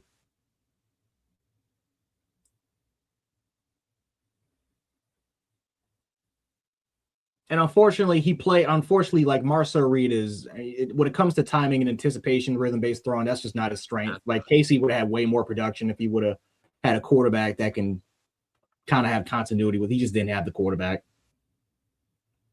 That's a terrible throw, but he won immediately. Yep. He won immediately. That's a terrible throw, though. And those are the things that Casey's going to give you. Mm-hmm. He can get vertical. The throws behind him, he took a big hit and he dropped it. You have to make that catch, though. Like at the next level, and you know why you have to make that catch? Because if you're going to be an X receiver, which is what the Bills need, or what the Bills want. That was a terrible throw. Who are your X receivers? Diggs? Diggs is making that catch. You've seen Diggs get absolutely annihilated sometimes. Not drop the football. Same thing with the other, and I know. Tyreek Hill, same thing. I get it. Those guys are every throw sucks. Every throw from this kid. Yeah, that's Marcel Reed, man. That's Marcel Reed, unfortunately.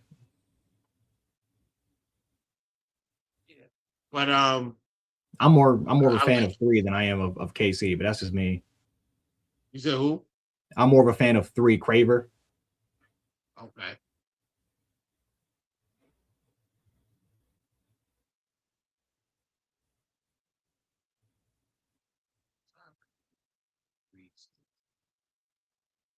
Jesus Christ, man. He ain't had a good throw yet. Already a couple minutes into the game, man. You got Casey 1-on-1 on the outside. Yes, I think that's against Moore. No, Moore's, he's on Craver.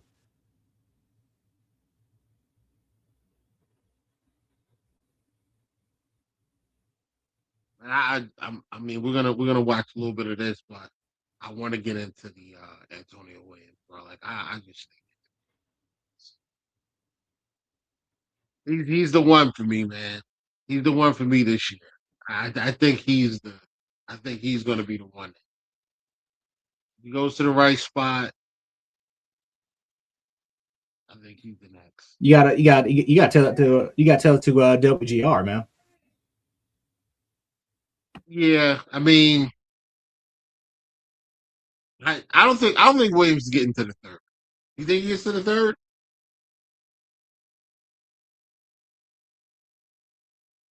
I don't know. I don't know about the third ring.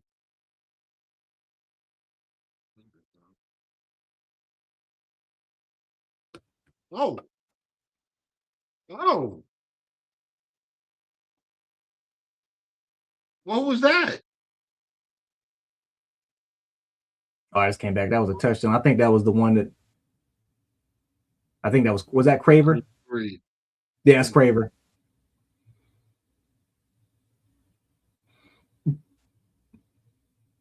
Utilize the motion. Yep. Utilize the motion. Just use them on the wheel route, and he just Terrible yards after tackle by Notre Dame. Mm-hmm. Terrible tackle by Notre Dame. Well, whatever. All right. So let's get into my God.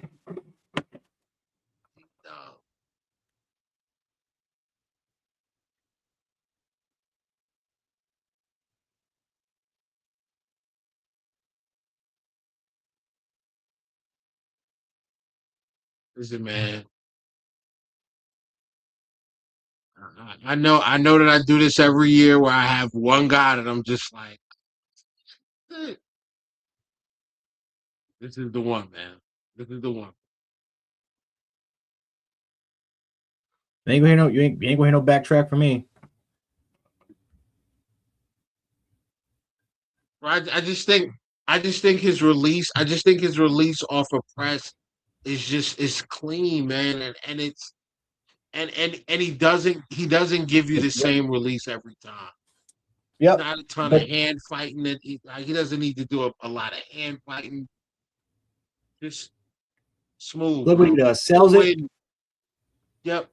Sells it to the outside. Cuts that back in. See, that's and this is what we need. This is what I'm impressed with. I don't care about the 20 or 25 or 30, 35-yard guys. I need guys with this zone spatial awareness. Timing, anticipate. Like, is he great when he is right? Does he have that continuity on rhythm throws, timing and rhythm throws? Does he understand how to be in the best possible situations?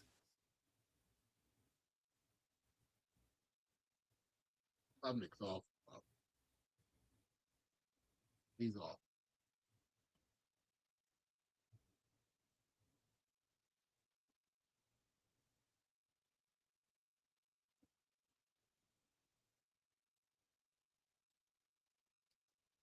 I like every single one of the receivers on this team. Every single one of them are I think they're just snappy. No, the fact that Clemson was terrible. Yeah, it's no sense. Come on, bro. Wow, like it can't just be the quarterback. Like the quarterback couldn't have been that bad. Well, he was. He was. Oh, I'm trying to see the route. I'm trying to wait for him. I wrote down what I wanted to watch. Time. I'm just gonna go right to it, man. Instead of wasting everybody's time. That's it. No. It is. This is what I'm talking about. Crash, 1-on-1, boom. Gets inside, gets upfield. That's a Beautiful. reception, folks. Beautiful. That is a reception, folks. Yeah. Like that's lit. That's lit. And that's on Everett. That's a reception. That's what I'm talking about, man. That's what I'm talking about.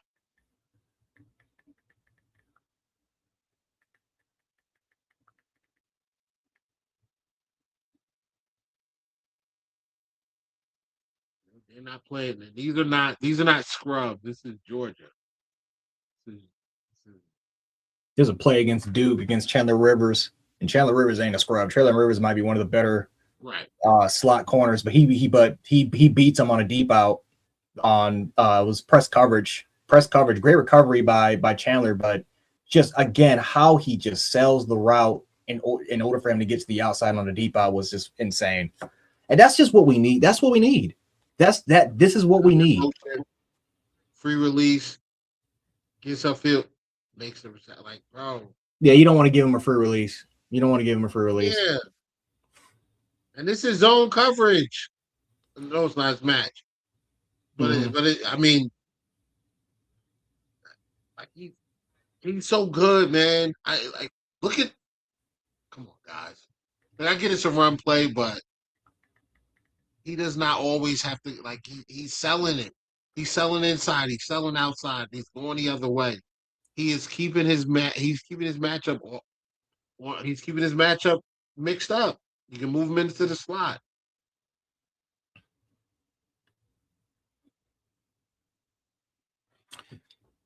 Another thing about I like his subtle fakes, man. I mean, you'll see him a lot with the head and shoulder nods. You'll see him with the jab steps, the stutter steps, the stutter steps. You'll see him win based off of those particular situations. The body positioning, the lean to kind of influence that defender's hip and momentum during the middle of the route. It is crisp. It's crisp. It's not lazy. It's not mechanically flawed. It's perfect. It's perfect. It's perfect almost every time. Yeah, he's a dog, bro. He's a master when it comes to tempo manipulation. He's a master. This is what we need. Guys that are masters at tempo variations. That's what you need on third down. That's what you need on third down. That's a guy that's going to win his matchup and get you and move the sticks. That's what he's going to do, and you can put him anywhere. Not a terrible blocker either. Better than Skylar Bell. Yeah.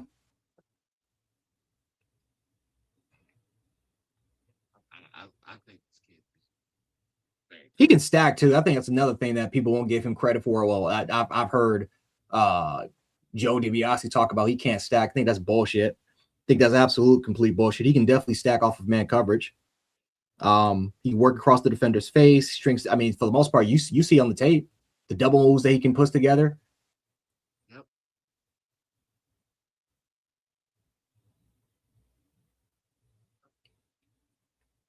He's a good player, man. I mean, this is what we need. I mean, I don't want athletes. I mean, again, he is athletic because he runs a 4.4, but you know, listen, I understand we want the vertical deep threat. This is not what's going to make Josh better, people. It's just not.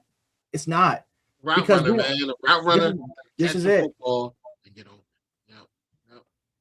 A guy that is consistently going to get open and catch the football.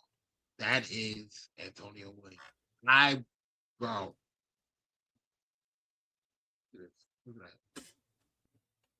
Bro, this. All right, that's it. That's enough. That's enough. What we were just talking about. Can you run the out? Look at this. After the catch, shifty. Just, I like the kid. I like the kid a lot.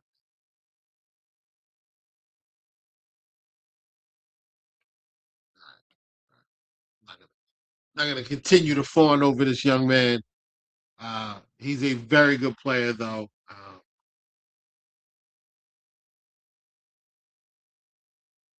Yeah, very, very good player. The release, the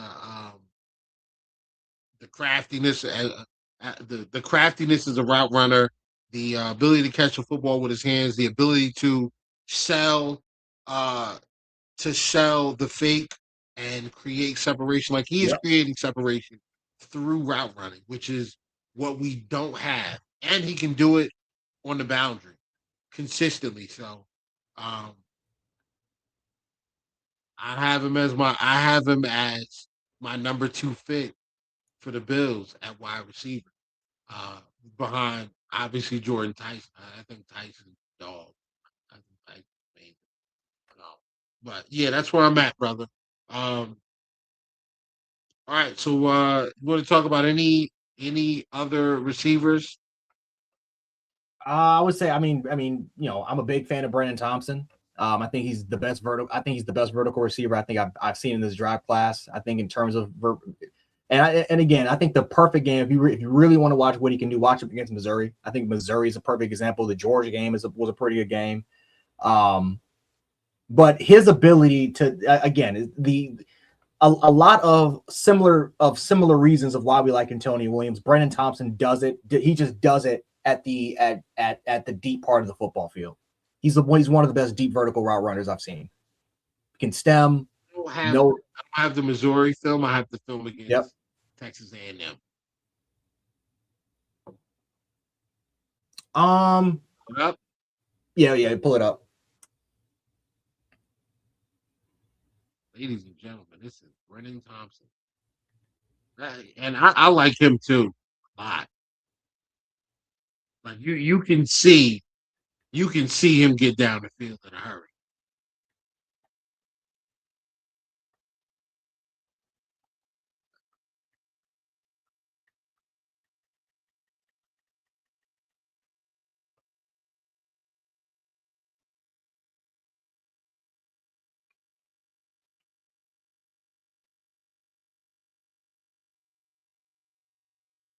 And I'm glad you kind of got this too, because this is the reason why I don't like Cassius Howell. There's reasons, there's reason this game where I don't want to take Cassius at 26.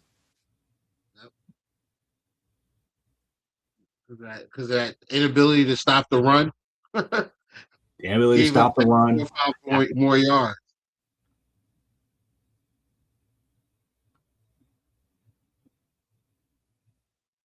Look how much space they give him. 10 yards, bro. 10 yards. Man, you got to. He led the I think he was second or first in hitch routes. And a lot of those hitch routes were just option because they kept playing so far off of him. You cannot play him up close tight.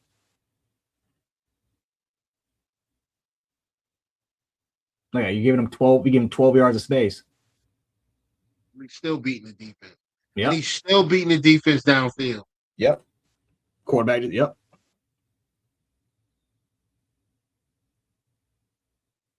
Offensive line just didn't give him enough time, but he had it.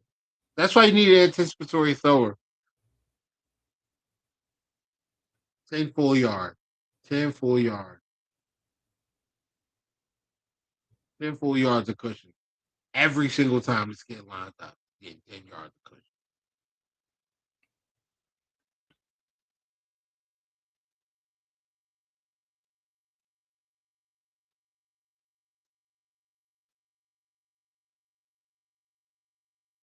That was smooth. That was smooth. Sells a vertical. Mm-hmm. Gets to the sideline. Both feet down. Smooth. Put it with his hands too. Oh my God.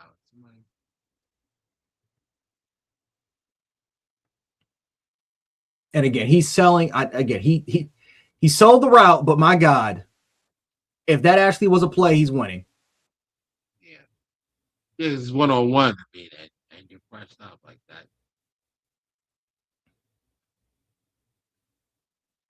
I don't remember one of these where he gets. I don't remember where. I didn't peruse through his film today. Get the time and dates. I mean, the time stamps on what I wanted to pull up. Could have did that. Oh, I thought I forgot. Yeah, I forgot about that one play. I do want to watch his blocking, but he is not the best. He's a willing blocker, but he is a violent willing blocker.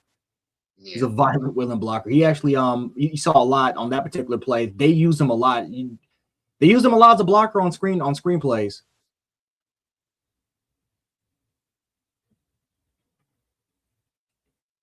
You can see it though. You can see it on the vertical route. The corner's cooked. That's it. And he stretches on. That's a touchdown. That's a touchdown in Buffalo. That's a touchdown. Josh is letting that thing fly off the sideline. And as long as it's accurate, that's a touchdown. Cassius was coming in, you know.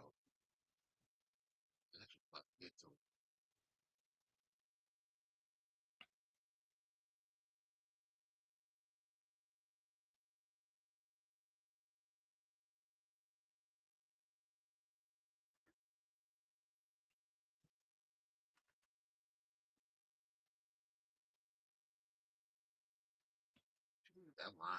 Thanks.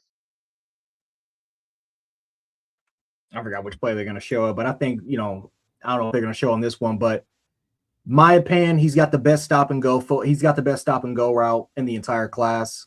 The footwork is insane. In terms of hip twitch, not a problem. He can drop it within. He can drop it, and that's important. Right, hip twitch is extremely important for deceleration.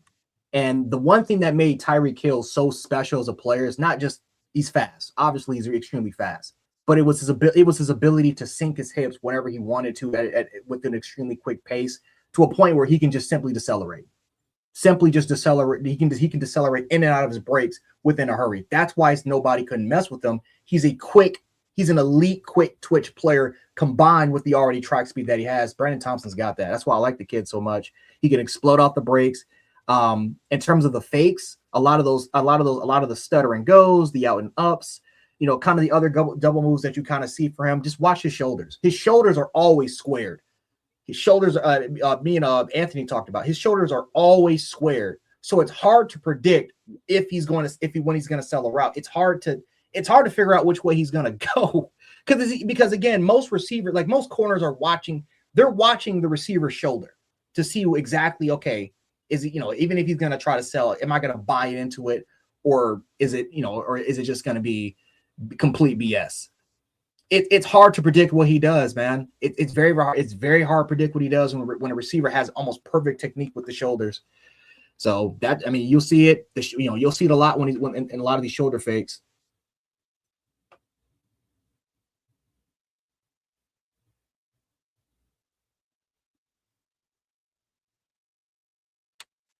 Quarterback's running for his life, man, but the kid is getting open. Yeah. You see it.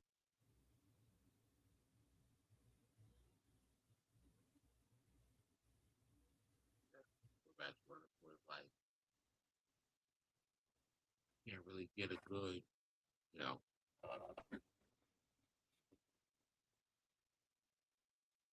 If y'all want to, oh my.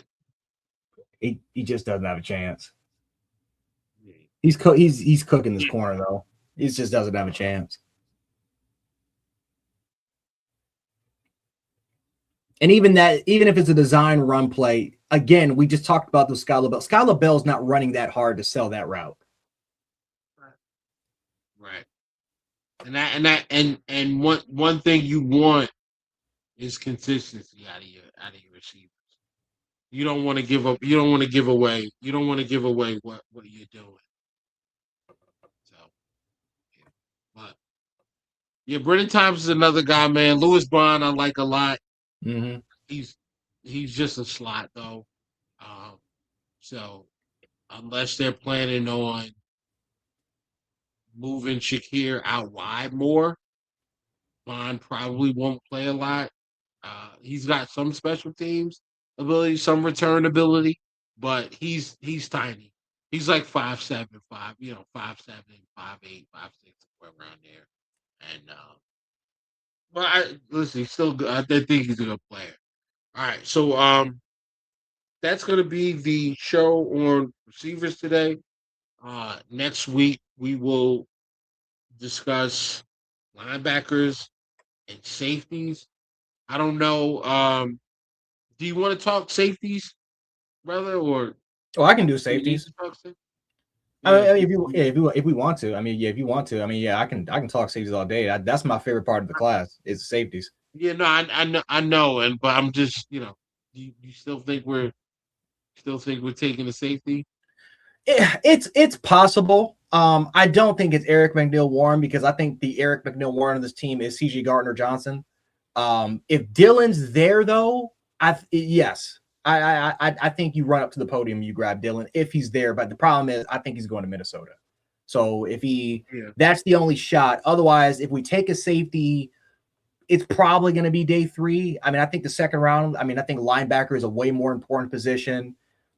Defensive tackle, or maybe even some depth at edge is more important. So safety, probably day 3 is when you'll see it kind of happen. There's a lot of depth at safety that I think that I can see them definitely taking. Agree. All right, so if you can come back next week, man, we'll We'll talk safeties. We'll talk. I think linebackers is going to be a short conversation because I don't like a lot of them. I don't. I mean, I don't know how you feel about them. No, Sam, I don't like these linebackers either. I mean, there's a few that I like. The Bills obviously are in love with one from what we've been hearing, but it's just one of those situations, man, where it's just not, especially with our defensive scheme fit. It just doesn't make a lot of sense. I think we end up trading back. Yeah. I think we end up trading out of the first round, and I think we trade out of the first round. This is my dream scenario. Trade out of the first, you get your second back, and you get a fourth or a fifth, right? You use a fourth and a fifth, use a fourth and a fifth, and move back into the third round. I'm taking Trotter. I'm taking Antonio Williams, and I'm probably trying to target safety or defensive tackle there. Yeah. Whether that's, Corleone, Orange, or I'm a big fan of Capehart, but I think Cape. that would be really rich for Cape. I can see it. He's not a two-gap player, but you know what? Who cares, man? You need run defenders. That's what we need. You need run defenders. You need guys who can stack. You need guys with athletic ability and versatility anyway. So I listen. I don't think they're going to prioritize the nose position like a lot of fans think we're going to do. I just don't think it. I think they're going to prioritize getting a run defender, just not the run defender they want. Right. I agree with that because I think that the plan is to play Dion and Ed a lot, right? So wherever you get, you're talking about 20% of the snaps, 25% of the snaps, probably on first down. First down, short yardage situation, maybe second down, third. Short yardage situations mostly. Maybe he'll play first and second, or first or second, but it's going to be a lot more Deion Walker. It's going to be a lot more of that. And I still think we end up playing more even front than people think. I just think Bradley Chubb ends up being a stand-up, edge. That's what I think. I think it's going to look. I think it's going to look like what we've been running, which is the 4-2-5, but it's going to end up being a 3-3-5. Yep. 3 safeties or, your traditional nickel. Yep. 2 boundaries and safeties. We're just running a lot more exotic coverage, way more match than we've ever kind of run before. And our stunt variations we're probably going to be a top 5 team in the league in stunt variations. That's the difference. We're going to be more aggressive, and our coverage is going to be more exotic. Besides that, though, size, athletic ability is not going to be that much. It's not going to be that much different. Besides just getting players who are versatile, which we're already doing anyway with McDermott. Last question before we get out of here. Cauchy has us. Is it Cauchy? I think it was Cauchy. I think it was Cauchy or something else. One of the other ones. Polymark. It might have been Polymark. Has the Bills and the favorites to win the AFC 16%. What do you think about that?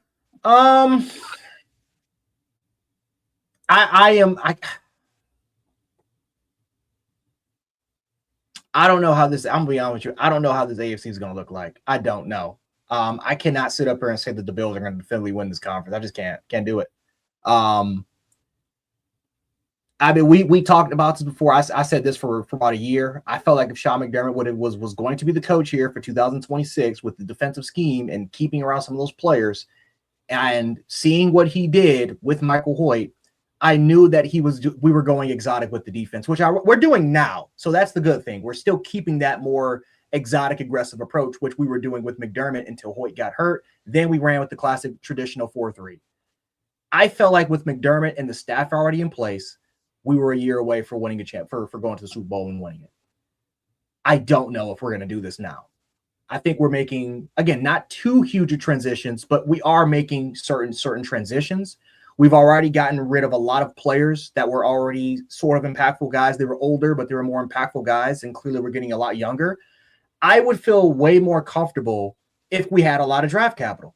If we had last year's draft capital, I would feel confident because I think that's enough to get the guys. Knowing that we didn't really have a lot of money and knowing that we have essentially 6 picks, which I think they're going to trade back to try to get some draft capital. But the question is how important is the capital that you're going to regain back? Because if you're going to get a 5th back, that could turn into something. But it's 60 picks before you get to the 3rd to 91 that's crazy. That's a huge drop off. And so I like DJ Moore. That's an upgrade. I think they're going to continue to add for Josh, and I think that could help, but I don't know. Like it's one of those, I got to see it. I got to see at least the first 2-3 games. I need to see how this defense, how this defense is going to operate. I need to see how this offense continues to kind of respond, which I think they'll do well. But ultimately at the end of the day, I don't think the AFC, I don't think the Ravens are going to emerge as a championship favorite. But I don't know. It's one of those cases where I think the Chargers are going to be a lot more dangerous. I think it's open. This conference is open, man. Like, it's obviously we want to, as Bills fans, we want to give it to Josh because he's Josh and he's the MVP. But it's too many situations where it's like this team they have not, it just hasn't given me the confidence that they're going to take the mantle yet. I need to see it. I need to see some sort of proof in order for us to do it. So, I mean, obviously it starts with the draft that's going to help sway me, depending on how this draft goes. But yeah, I can't definitively say it's going to be theirs this year. I can't.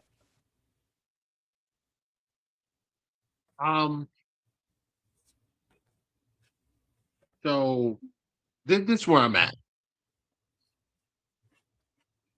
I am nervous about the defense, mainly because I think the transition at linebacker is too much. Yeah. And I think linebackers played a very, very pivotal role on this team because the team was not getting to the quarterback. But because of the coverage of the back 7, I think it minimized the damage that could have been done by other teams. Now, obviously, Taron Johnson to me has been underwhelming for the last 2 seasons. So I think that's kind of where we've experienced some cracks in the armor, as well as instability at cornerback too. Those are some areas, and then safety play. I think we took too long to replace our safety. So we've had some chinks in the armor, but I think for the most part, the secondary's pretty solid now. I don't know if we're getting Dorian Strong back. I know we're going to add to that room. Probably going to get Trey White back, within the next few weeks or after the draft. I do think he is coming back, though. And the defensive line, I love the Bradley Chubb because he's a bona fide. He can get to the quarterback. And I know, I talked to some guys that were Miami fans. They were talking about how Bradley Chubb got a ton of pressures. Oh no, I'm sorry, that was Jalen Phillips. They called him pressure man. But Bradley Chubb has been very productive. So I do think that's going to help overall his defense. I do think that he can be a double-digit sack guy here in Buffalo because of the rest of the line.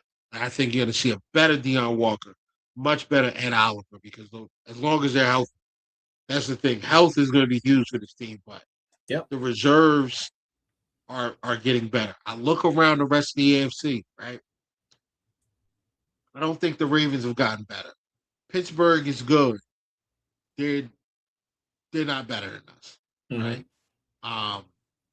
The Bengals worry me. Not gonna lie. Adding Brian Cook as safety is a really good move for them. I like their linebackers from last year. They were both rookies. I think they'll be better this year. Al Gold is going in the year 2. And I love the boy Mafe. That was a good move to me. And the offense, they put up points. Like that, you know what it is.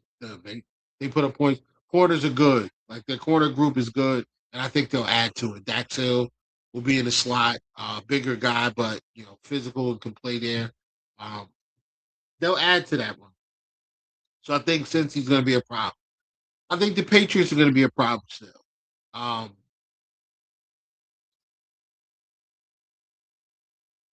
think they'll come down to earth a little bit. I do think that no Diggs is going to hurt. I know that they added Romeo Dobbs. I think Romeo Dobbs is a good player. I think Romeo Dobbs is completely controllable by Christian Benford. Not worried about that. And they've had issues on the line, so I think we'll be able to get to him, get to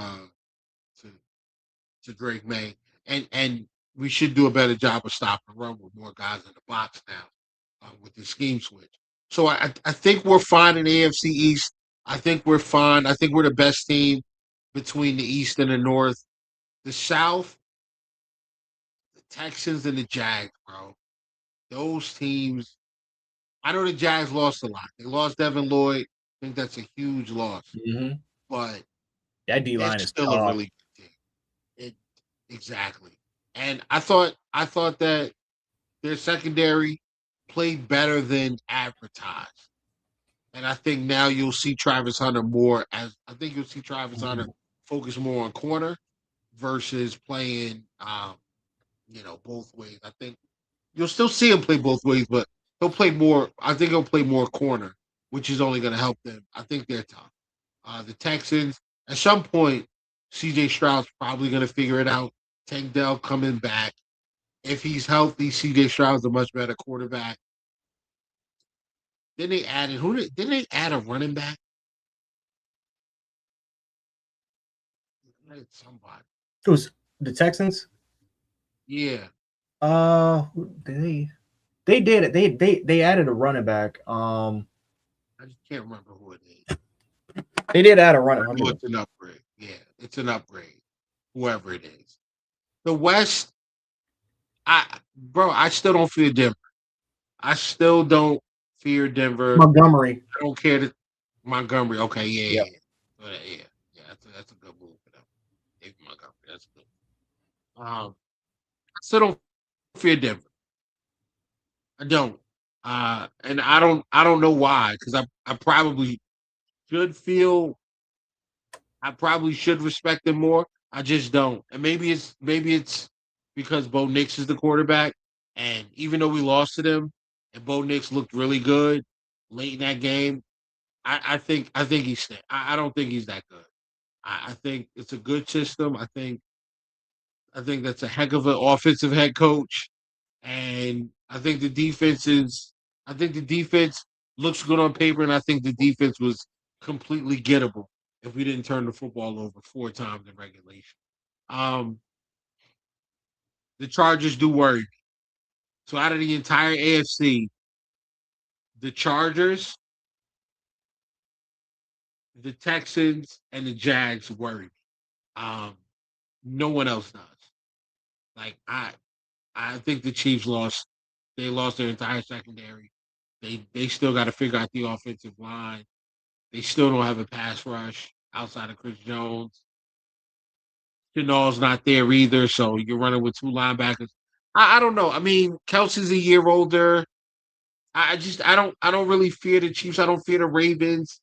Bengals could be an issue, depending on how that defense responds.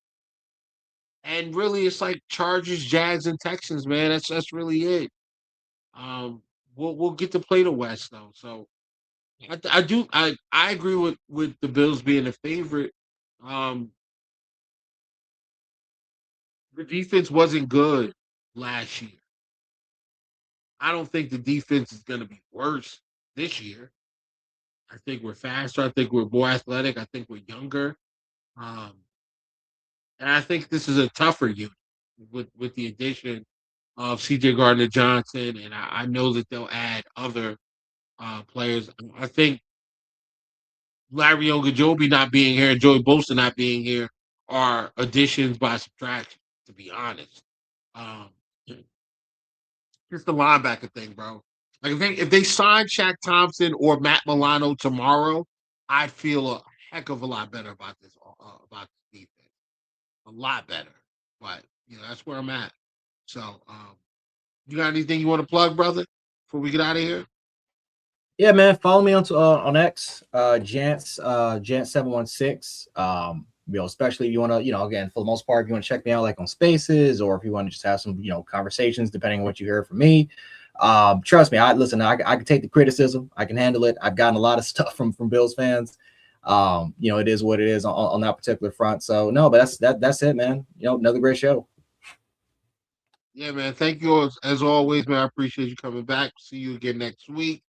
For everybody that listened, tuned in, thank you. Thank you so much. Appreciate you for spending time. You could have been asleep or, getting your stuff ready for tomorrow, whatever it is. You could have been doing anything else but hanging out here with us. Appreciate it. We love talking football. We appreciate the support and the love. Bills.